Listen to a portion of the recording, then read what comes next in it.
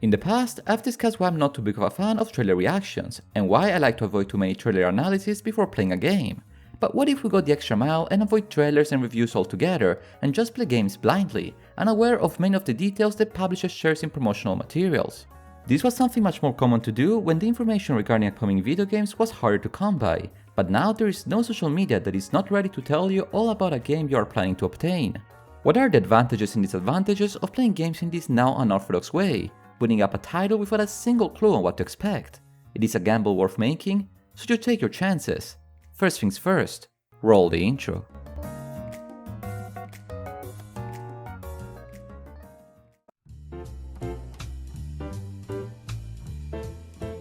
Last year, I started playing games from a backlog, titles that I either purchased or received for free that I simply never got the chance to play.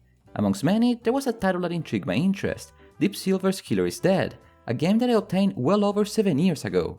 I truly do not even recall why I had this game. Steam probably gave it for free for a promotion, but somehow, somewhere, this title ended up in my library. I was also not aware of what the game was even about, an action game maybe, truly clueless. But there it was, in my library, with its catchy name and cool cover. One afternoon, my curiosity got the best of me, and I decided to boot up the game and play it without googling a thing about the title, fully blind running it, completing a single player title in a week or so. I think their direction is very unique. I love this darker cel shading, it truly stands out even between cel shaded games. The combat is not half bad either, frenetic that keeps you on your toes. However, some more refinement could have been placed on the side content and the storytelling. I don't mind the game being messy in style, but at times, rather than an artistic choice, the game feels unpolished, improvised. Overall, I had a good time playing this game, and I was quite surprised. I would not define it as a must-play, but as an alternative experience, I'm happy I gave it a shot. Not because it was anticipated by various trailers and I watched endless reviews about it, but because the title looked cool. Killer is Dead is not the only game I played without knowing the first thing about it. When I was a child and an early teen, I picked up games that had a rad cover without overthinking, something that for sure I was not the only one doing. Now I'm a bit more scrupulous when buying a game, but on rare occasions I still buy games spontaneously, basing my judgment on vibes alone, especially indie titles that do not have the budget for commercials. A recent example would be Joe Diver's Lone Wolf, a title that I'm quite fond of that I reviewed properly in a previous video. But is it a good idea to buy and play games without being informed about the game's mechanics and quality? If the answer to this question wasn't "it depends," I wouldn't make this video, now would I? Of course there are advantages and disadvantages when playing a game fully blindfolded, not to mention different degrees of blind runs. Let us start by giving some clear definitions. In theory, to blind run a game just means to play it for the first time, regardless how much information you already have about the title based on trailers and reviews.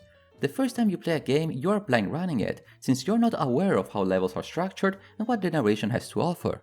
What I'm more interested in is the concept of playing games fully unaware of what the games even are. No trailer watched, no review read, no sneak peek of any kind. A sealed experience that can be everything and anything. The sole hint you have is the name of the game and perhaps a cover box. How is it playing games this way, and is it recommendable?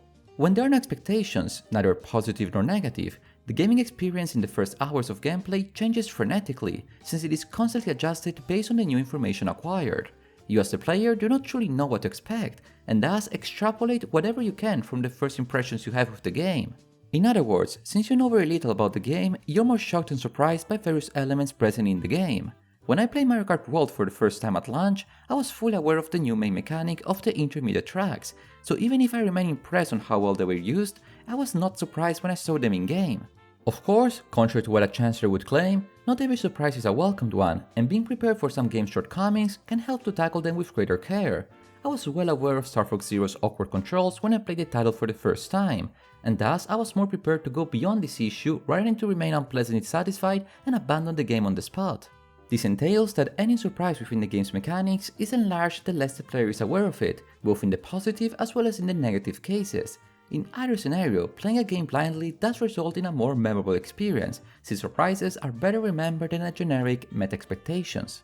It is quite challenging to forget a magical, unexpected experience, as it is as hard to forget a huge, unexpected disappointment.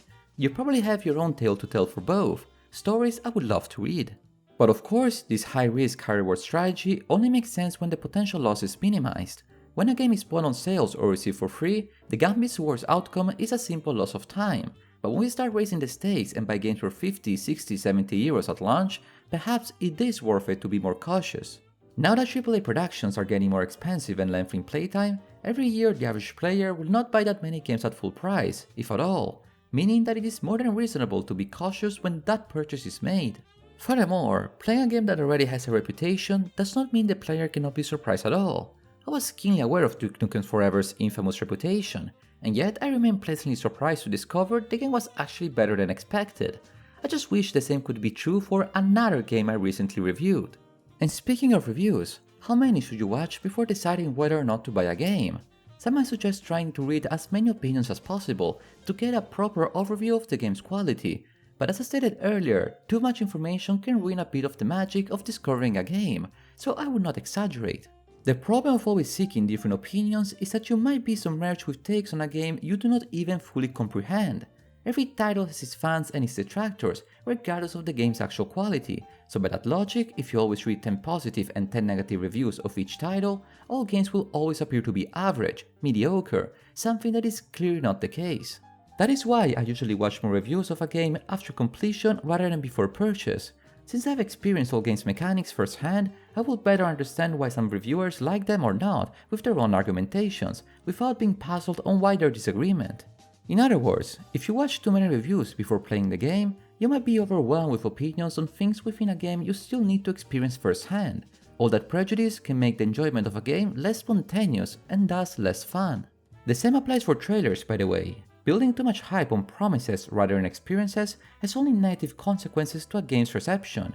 Twice the pride, double the fall. But as introduced, I already share my 2 cents on this topic.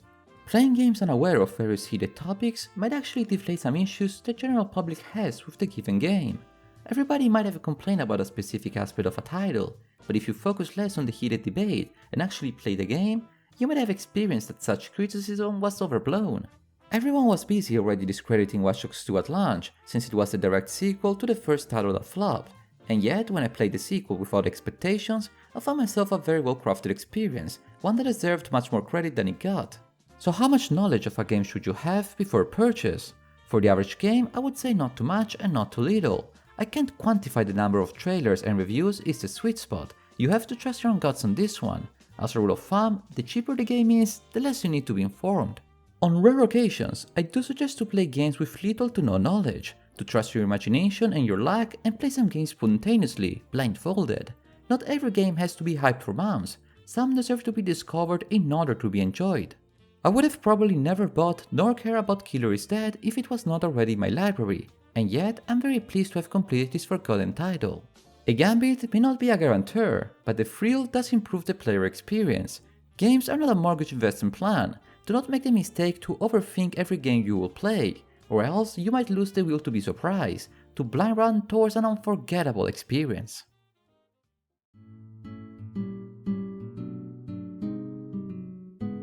Are blind runs always a good idea? They can be from time to time, but do be careful not to always try your luck. Blind running a game can enhance your sense of discovery, but you could also lose big time, especially if it was a newly released game paid gold. Having said that, I would suggest giving games a try without over-informing yourself on what the game is about, especially smaller indie titles that often are sold to very affordable prices. You might not always get an outstanding experience, but perhaps a hidden gem that will give you a splendid time. If you made it this far, I wanted to thank you one too many blind run times for watching today's video. I think this attachment video to the previous one regarding trailers was quite useful, since it would have been a bit of a mess to combine these 2 topics into one single discussion. What games have you played fully blindly? I wish you all a wonderful day. And until next time, arrivederci.